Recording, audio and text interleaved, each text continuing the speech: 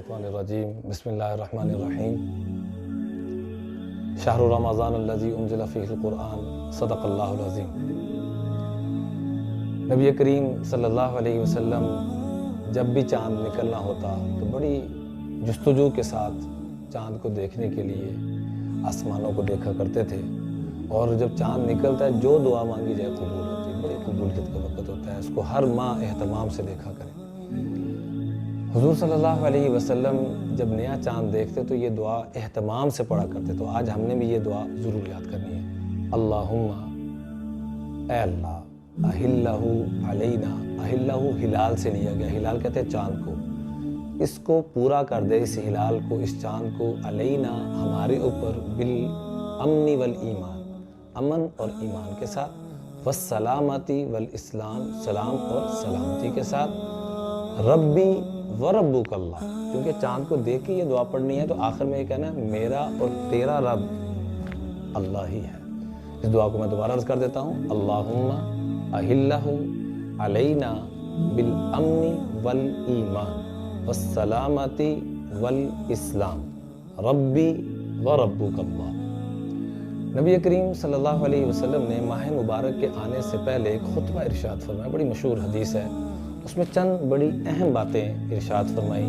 آپ اگر توجہ رکھیں گے تو ایک ایک کر کے بات عرض کرتے چلے جاتے ہیں۔ سب سے پہلی بات فرمائی، یا ایھا الناس قد اظلکم شہر عظیم، اے لوگو، اے انسانوں، پوری انسانیت کو مخاطب کر کے فرمایا، اے تمام انسانوں، تمہارے پاس اللہ جل جلالہ ایسا ایک مہینہ بھیج رہے ہیں کہ اس کی عظمتیں بیان نہیں ہو سکتی۔ قرآن و حدیث کی آپ روشنی میں دیکھیں تو عظیم کا لفظ ہر اس جگہ پر آیا ہے جہاں عظمت کی انتہا کو بیان کرنا ہو، کسی چیز کی عظمت کی انتہا کو بیان کرنا ہو تو وہاں عظیم کا لفظ استعمال ہوا ہے۔ چنانچہ آپ آیت الکرسی میں دیکھیں کہ اللہ جل جلالہ اپنی عظمت کو بیان کرتے ہوئے فرما رہے ہیں وَهُوَ الْعَلِيُّ الْعَظِيمُ، اپنے محبوب صلی اللہ علیہ وسلم کے اخلاق کی انتہا، اخلاق جہاں ساری انسانیت کے اخلاق کی انتہا ہوتی ہے وہاں میرے آپ کے آقا مدنی صلی اللہ علیہ وسلم کے اخلاق کی ابتدا ہوتی ہے۔ اللہ اپنے حبیب کے صدقے اس اخلاق کو ذرہ مجھے آپ کو پوری امت کو نصیب فرمائے۔ تو اس کی باری آتی ہے تو اللہ تعالیٰ فرماتے ہیں وَإِنَّكَ لَعَلَىٰ خُلُقٍ عَظِيمٍ۔ قرآن پاک کی عظمت کی باری آتی ہے تو فرمایا وَلَقَدْ آتَيْنَاكَ سَبْعًا مِّنَ الْمَثَانِ وَالْقُرْآنَ الْعَظِيمِ۔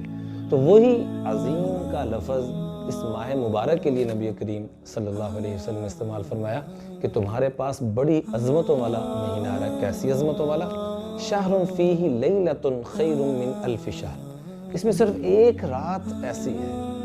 دوسری بات یہ فرمائی کہ اس میں ایک رات ایسی ہے کہ جو 1000 مہینے کی عبادت اگر کوئی مستقل کر لے، جو تقریباً 83 برس 4 ماہ کے قریب بنتی ہے، اگر کوئی اتنی عبادت کر بھی لے فرمایا تب بھی جو اس ایک رات کی عبادت کر لے گا، جس کو ہم شب قدر کہتے ہیں، تو اس سے زیادہ ثواب کمانے والا بن جائے گا۔ تیسری بات فرمائی شہر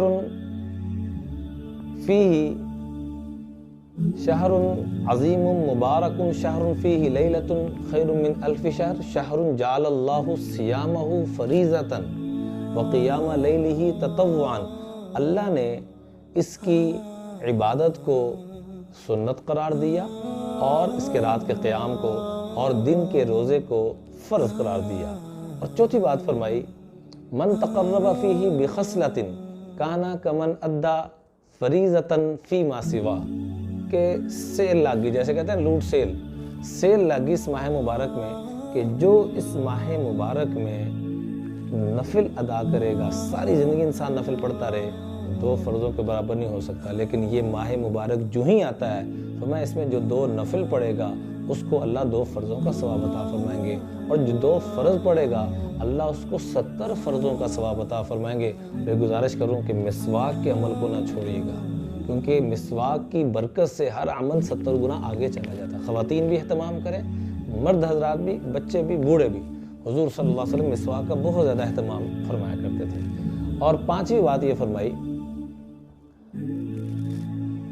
من خفف عن ملوکہ غفر اللہ لہ واعتقہ من النار، کہ جو آدمی اپنے غلاموں کا بوجھ ہلکا کر لے گا، اپنے ملازمین پہ سختی نہیں کرے گا، آسانی والے معاملے کرے گا، تو اللہ کہتے ہیں میں تم سے وعدہ کرتا ہوں کہ تمہارے ساتھ آسانی کرتے ہوئے تمہاری مغفرت بھی کامل فرما دوں گا اور تمہیں جنت میں اعلیٰ مقام بھی عطا فرما دوں گا۔ اور 7ویں نمبر پہ فرمایا شہر المواسا، یہ غم خاری کا مہینہ ہے، احساس کا مہینہ ہے، دوسروں کے جذبات کو سمجھنے کا مہینہ ہے، اپنے جذبات کو دبانے کا، دوسروں کے احساسات کو دیکھنے کا مہینہ ہے۔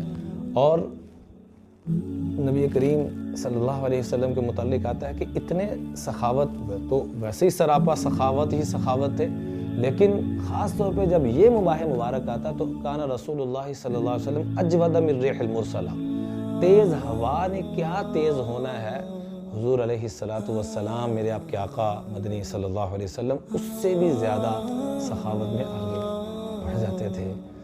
اللہ ہمیں بھی سخی بنائے۔ سخی آدمی اللہ کے بھی قریب، لوگوں کے بھی قریب، جنت کے بھی قریب۔ بخیل آدمی اللہ سے بھی دور، لوگوں سے بھی دور، جنت سے بھی دور۔ سخی آدمی جتنا مرضی گناہ گار کیوں نہ ہو، اللہ اس کو اپنا دوست بنائے بغیر چھوڑتے ہیں، اس کو گناہوں سے اللہ توبہ کرنے کی ضرور توفیق عطا فرمائے۔ بخیل آدمی جتنا مرضی بڑا عابد کیوں نہ بن جائے، اللہ سے دوستی نہیں لگاتا۔ جو اللہ کی مخلوق سے پیار کرے گا، یہ غم خاری کا مہینہ ہے۔ اور 8ویں نمبر پہ فرمایا شہرن، ساتھ ہی فرمایا پریشان نہ ہونا کہ تم دوسروں کی غم خاری کر رہے ہو تو تمہارے ذہن میں کہیں یہ نہ آ جائے کہ خالی ہو جاؤں گا۔ نانا شہرن یزاد فی رزق المومن فی، شہرن یزاد فی، یا شہرن یزاد فی رزق المؤمن، کہ اس کے اندر مومن کے رزق کو بڑھا دیا جاتا ہے، اس لیے ٹینشن فری ہو کے خوب خرچ کرو، جتنا کرو گے اتنا ہی رحمت و برکتوں کا بار تمہارے اوپر آئے گا۔ اور 9ویں نمبر پہ فرمایا من فطر فیہ صائما کان مغفرۃ لذنوبہ وعتق رقبتہ من النار، جو شخص بھی دوسروں کو افطاری کروائے گا، اللہ جل جلالہ اس کو 2 بڑے بڑے انعام عطا فرمائیں گے۔ ایک تو اس کے سارے گناہوں کو معاف فرما دیں گے، اور دوسرے نمبر پہ جہنم سے چھٹکارا عطا فرما دیں گے۔ اور آسانی فرما دی کہ ضروری نہیں کہ بڑے تکلفات سے ہم نے افطاری کروانی ہے، کھجور کھلا دی، 2 گھونٹ پانی پلا دیا، ہلکا پھلکا کھلا پلا دیا، تو اس پہ بھی اللہ یہی اجر و ثواب عطا فرمائیں گے۔ اور آخر میں فرمایا کہ اس کے اندر کثرت سے لا الہ الا اللہ اور استغفر اللہ اور جنت کی طلب اور جہنم سے پناہ، یہ 10 باتیں پوری ہو گئی۔ اللہ سے دعا ہے دل کا عشرۃ کاملہ، اس پہ عمل کی توفیق عطا فرمائے۔